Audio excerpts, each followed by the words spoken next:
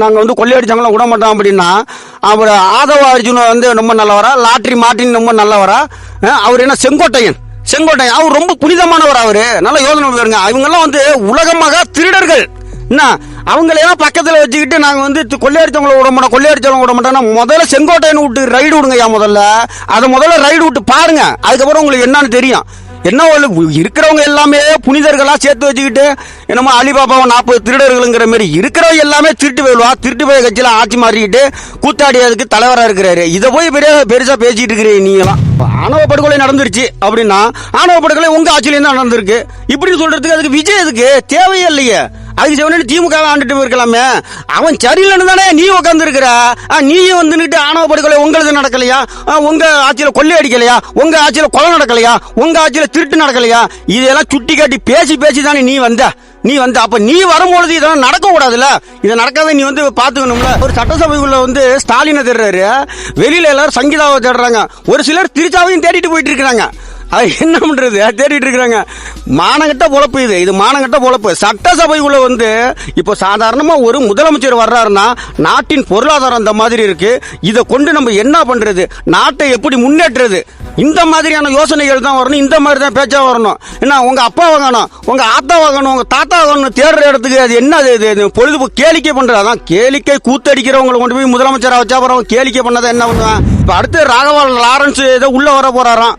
அவருக்கு திருச்சி கிழக்கு எல்லா நாய்களும் ஓட்டு போட போகுது. ஏன்னா ஒரு நாய்கிட்ட தான் ஓட்டு வாங்கி ஜெயிக்க போறாராம்.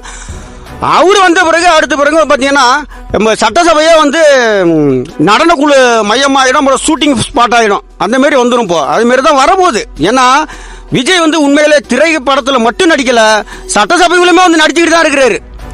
கண்டிப்பா சூப்பரா நடிக்கிறாரு. ஒரு குழந்தைகள்கிட்ட வந்து மொழிப்பற்ற வளர்த்து விடலாம், அப்புறம் வந்து கலைப்பற்ற வளர்த்து விடலாம், தேசப்பற்ற வளர்த்து விடலாம். ஆனா வந்து சினிமா பாட்டை பாட சொல்றது, விஜய் மாமான்னு சொல்றது, இதெல்லாம் வந்து ரொம்ப கண்டிக்கத்தக்க விஷயம். ஏன்னா விஜய் சாதாரண கூத்தாடிங்கிறத நான் அந்த இடத்துல பதிவு பண்றேன். விஜய்ங்கிறது சாதாரண கூத்தாடி, ஏதோ கவர்ச்சினால மக்கள்கள் ஓட்டு போட்டுட்டாங்க. இதை வந்து அவர் வந்து தப்பான நோக்கத்தில் வந்து எடுத்துட்டு போறாரு, தப்பான வழியில கொண்டு போறாரு. 5 வருஷத்துக்குள்ளேயே நம்ம நாட்டையே வந்து பிஜேபி கிட்ட எங்க கொண்டு அடை வச்சு விட்டு கூத்தாட விட்டுருவாரு, எல்லாரையுமே கூத்தாட விட்டுருவாரு. அந்த அளவுக்கு நம்ம நாட்டை கொண்டு வந்துருவாருங்கிறத நான் நினைக்கிறேன். இப்ப கர்நாடகாவை சார்ந்த ஒரு ஜனநாயக பட தயாரிப்பாளருக்கு அரசு பதிவு டெல்லி சிறப்பு பிரதிநிதி பதவி கொடுத்திருக்காங்க. ஆமா, இது எப்படி பாக்குறீங்க? ஒரு தமிழ்நாட்டை சாராதவர்களுக்கு வந்து எந்த பதவி கொடுத்தாலும் அவங்க தமிழர்களுக்காகவும் தமிழ்நாட்டுக்காகவும் பேச போறதே கிடையாது. இப்போ வந்து பாத்தீங்கன்னா இப்போ அந்த அணு கழிவுகளையே வந்து திரும்பவும் இங்கே புதைக்கிறதுக்கான ஏற்பாடு நடந்துகிட்டு இருக்கு. அப்புறம் இந்த ஜல்தன் திட்டத்தில் இவர் வேற கையெழுத்து போட்டு தொலைஞ்சிட்டாரு. இப்ப திராவிட அரசுகள் கூட நம்மளுக்கு துரோகம் பண்ணாங்களே ஒழிய அவங்களே இந்த திட்டத்தில் கையெழுத்து போடல. இவங்க வந்தவனா ஐயா விஜய் வந்தவனா சூப்பரா கையெழுத்து போட்டு கொடுத்துட்டாரு. இப்போ இது மூலமா என்ன நடக்கும்? எல்லாருமே வந்து தண்ணியை விற்க ஆரம்பிச்சிருவாங்க. அந்தந்த பகுதியில் எனக்கு டெண்டர் கொடுங்க. அதாவது எப்படின்னா இப்போ இந்த சுங்க வரியை வசூல் பண்றாங்கல்ல, அதுக்கு அதே போலவே இந்த பகுதியில் நான் தண்ணி காசை வந்து நான் வித்து வாங்கிக்கிறேன், அந்த பகுதியில் நான் தண்ணி காசை வித்து வாங்கிக்கிறேன் அப்படிங்கிற ஒரு நிலைமைக்கு தமிழ்நாடு வந்துடும். தாய் பாலுக்கு நிகராக இருக்கிற தண்ணியை கூட விற்கிறாங்க பொழுது இது ஒரு அவல நிலைக்கு தள்ளிடும் அப்படிங்கிறது தான் என்னோட ஆழமான கருத்து. சட்டமன்றத்தில் வந்து ஒரு அப்பாவை காரணம் சொல்லி முன்னாள் முதலமைச்சர் ஸ்டாலின் அவர்கள் வந்து கிண்டல் பண்ணியிருக்காரு. இதெல்லாம் வந்து பார்க்கும்போது மக்கள் என்ன நினைக்கிறாங்க? இந்த செயல்லாம் பார்க்கும்போது இதெல்லாம் வந்து பார்க்கும்போது மக்கள் என்ன நினைக்கிறாங்கன்னா, நிறைய பேர் சங்கீதாவை தேட ஆரம்பிச்சுட்டாங்க. அவர் சட்டசபைக்குள்ள வந்து ஸ்டாலினை தேடுறாரு, வெளியில எல்லாரும் சங்கீதாவை தேடுறாங்க, ஒரு சிலர் திருச்சாவையும் தேடிட்டு போயிட்டு இருக்கிறாங்க. அது என்ன பண்றது? தேடிட்டு இருக்கிறாங்க. மானகட்ட பொழப்பு இது மானகட்ட பொழப்பு. சட்டசபைக்குள்ள வந்து இப்போ சாதாரணமா ஒரு முதலமைச்சர் வர்றாருன்னா நாட்டின் பொருளாதாரம் அந்த மாதிரி இருக்கு. இதை கொண்டு நம்ம என்ன பண்றது? நாட்டை எப்படி முன்னேற்றது? இந்த மாதிரியான யோசனைகள் தான் வரணும். இந்த மாதிரி தான் பேச்சா வரணும். என்ன உங்க அப்பா வாங்கணும், உங்க ஆத்தா வாங்கணும், உங்க தாத்தா வாங்கணும் தேடுற இடத்துக்கு அது என்ன பொழுதுபோக்கு கேளிக்கை பண்றது? அதான் கேளிக்கை கூத்தடிக்கிறவங்களை கொண்டு போய் முதலமைச்சரா வச்சா அப்புறம் கேளிக்கை பண்ணதை என்ன பண்ணுவேன்? அதை பற்றி விமர்சனம் பண்றதே நம்மளோட இதுதான்.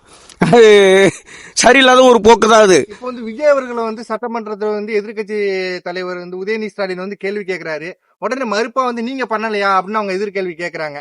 இந்த இடத்துல யார் இருந்தா சிறப்பா இருந்திருக்குன்னு நீங்க நினைக்கிறீங்க? இல்ல, இந்த இடத்துல செந்தமிழ் சீமா இருக்கிறது சரியான இடம்.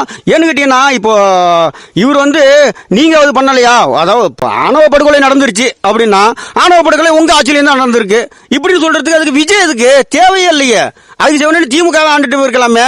அவன் சரியில்லைன்னு தானே நீ உட்கார்ந்து இருக்கிற. நீயும் வந்துட்டு ஆணவ படுகொலை உங்களுக்கு நடக்கலையா? உங்க ஆட்சியில கொள்ளை அடிக்கலையா? உங்க ஆட்சியில கொலை நடக்கலையா? உங்க ஆட்சியில திருட்டு நடக்கலையா? இதெல்லாம் சுட்டி காட்டி பேசி பேசி தானே நீ வந்த அப்ப நீ வரும்பொழுது இதெல்லாம் நடக்க கூடாதுல்ல. இதை நடக்காத நீ வந்து பாத்துக்கணும்ல. இந்த இடத்துல சீமானவர்கள் இருந்தா என்ன செஞ்சிருவார் நீங்க நினைக்கிறீங்க? சீமானவர்கள் இருந்திருந்தா புடிச்சு தூக்கில போட்டிருப்பாரு தான் நான் நினைக்கிறேன் உண்மையில. அதாவது இப்போ தாய்லாந்துல வந்து ஒரு கற்பழிப்பு ஒன்று நடந்துருது. அப்போ வந்து அங்க வந்து ஒரு நீதிபதி வந்து நீதியை சொல்றாரு. அவர் வந்து தூக்கில போடணும் அப்படின்ட்டு ஒரு நீதியை சொல்றாரு. அதுவும் அவரால் பொறுக்க முடியாத அவரோட 600 பேர் வந்து அறுத்துறான். ஒரு நீதிபதி வந்து 600 பேர் அறுத்துறாரு. அது வந்து வலைதளங்களில் நீ தட்டி பார்த்தா தெரியும். அப்படிங்கும் பொழுது இந்த மாதிரி ஆணவ படுகொலை பண்றவங்க எல்லாம் தூக்கிலே போட்டுடலாம். அவங்கள வச்சுக்கிட்டு என்னோட வரி பணத்தில் திரும்ப நான் அவங்களுக்கு எதுக்கு சோறு போடணும்? சரியில்லாதவனுக்கு. விஜய் அவர்கள் வந்து வந்த உடனே முதல் கையெழுத்த வந்து டாஸ்மார்க் எல்லாம் வந்து 700 கடைகளுக்கு மேல வந்து மூடிட்டேன் அப்படின்னாங்க. அது வந்து ஒரு கண் துடைப்பா பாக்குறீங்களா? முழுவான மதுவிலக்கு சாத்தியமில்லை எல்லா அரசுகளும் வரும்போது சொல்றாங்க, ஆனா செய்ய மாட்டாங்க. இல்ல இது அம்மையார் ஜெயலலிதா இருந்த காலத்தில இருந்து இப்ப ஐயா விஜய் இருக்கிற வரைக்குமே 2000க்கும் மேற்பட்ட டாஸ்மார்க்குகளை மூடிட்டாங்க. இப்போ இவங்க மூட டாஸ்மார்க் எங்க இருந்து உருவாகுதுன்னு தான் தெரியல. இப்ப மூடுறோம் அப்படிங்கறத செய்தித்தாள்ல சொல்றாங்க, வலைதளங்கள்ல சொல்றாங்க, நியூஸ்ல எல்லாத்திலுமே போடுறாங்க. ஆனா டாஸ்மார்க் திறக்கிறத யாருமே காமிக்கிறதும் கிடையாது, சொல்றதும் கிடையாது. இதை வந்து எப்படி பார்க்கணும்னா டாஸ்மார்க் மூடப்படவில்லை, இடமாற்றம் செய்யப்பட்டிருக்கு அப்படிதான் சொல்லணும் அதை.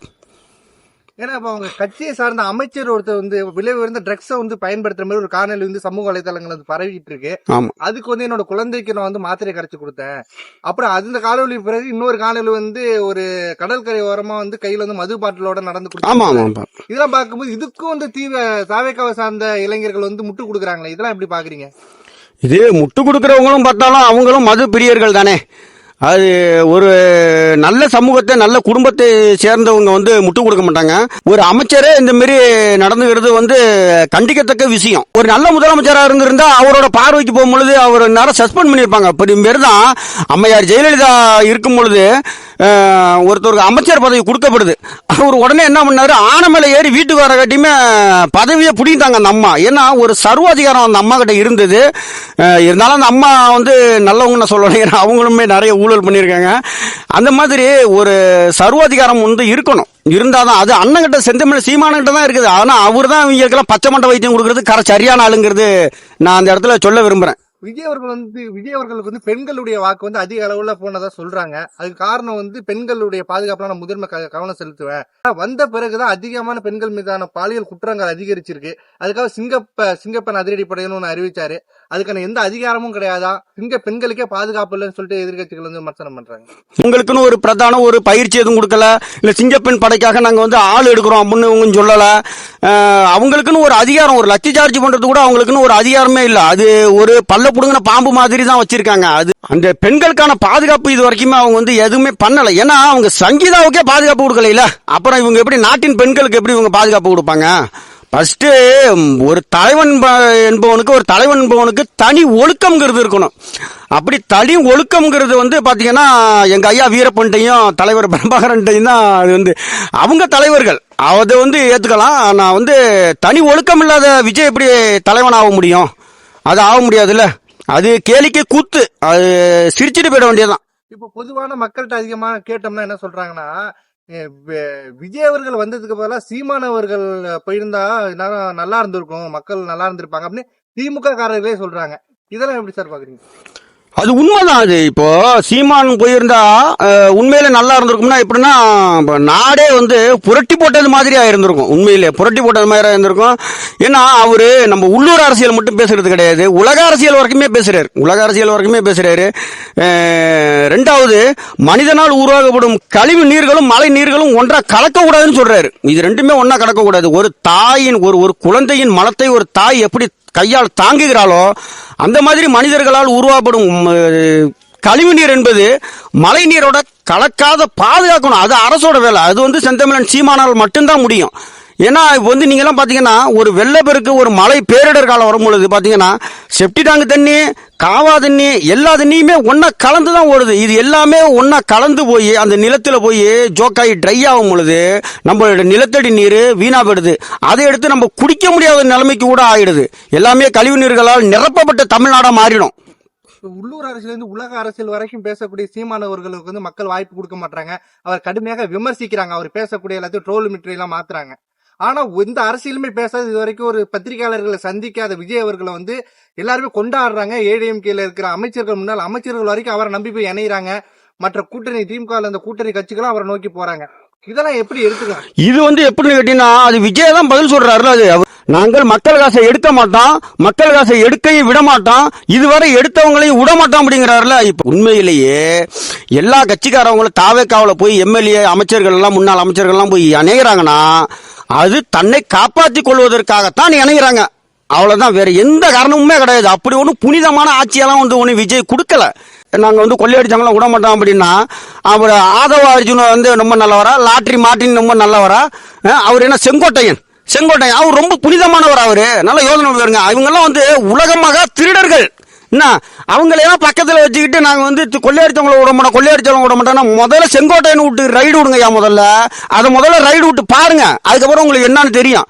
என்ன இருக்கிறவங்க எல்லாமே புனிதர்களா சேர்த்து வச்சுக்கிட்டு என்னமோ அலிபாபாவை 40 திருடர்களுங்கிற மாதிரி இருக்கிறவங்க எல்லாமே திருட்டு போயிடுவா. திருட்டு போய் கட்சியில ஆட்சி மாறிக்கிட்டு கூத்தாடியதுக்கு தலைவரா இருக்கிறாரு. இதை போய் பெருசா பேசிட்டு இருக்கிறீங்க நீங்களாம். இறுதியா ஒரு கேள்வி, இந்த 5 வருடங்கள்ல இந்த விஜய் அவர்கள் ஆட்சியை பார்த்துட்டு மக்கள் வந்து மறுபடியும் மாறுவாங்கன்னு நினைக்கிறீங்களா?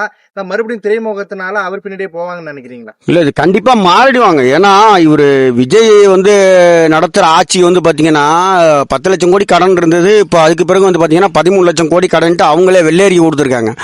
இப்போ இது முடிய போற சூழல்ல வந்து பாத்தீங்கன்னா 5 வருஷமும் விஜய் வந்து ஆட்சி பண்ணாருன்னா 30 லட்சம் கோடி கடன் வந்துடும், கண்டிப்பா வந்துடும். அதுக்கு பிறகு நாடு திவால் ஆயிடும். இது அதனால இனிமே விஜய்க்கு வாக்களிக்கிறதெல்லாம் சாத்தியக்கூறு கிடையாது. அவரு நாட்டை ஒரு நல்ல வழிக்கு கொண்டு போறதுக்குமான சாத்தியமும் கிடையாது. ஏன்னா அவரோட இணைகிறவங்க எல்லாருமே வந்து பாத்தீங்கன்னா எல்லாருமே சரியில்லாதவங்க தான் இணைஞ்சிட்டு இருக்கிறாங்க. அதனால அது நாடு முன்னேற்றத்துக்கு போகாது. அதனால மக்கள் திரும்பவும் விஜய்க்கு ஓட்டு போட மாட்டாங்க அப்படிங்கிறது தான் என்னோட கருத்து.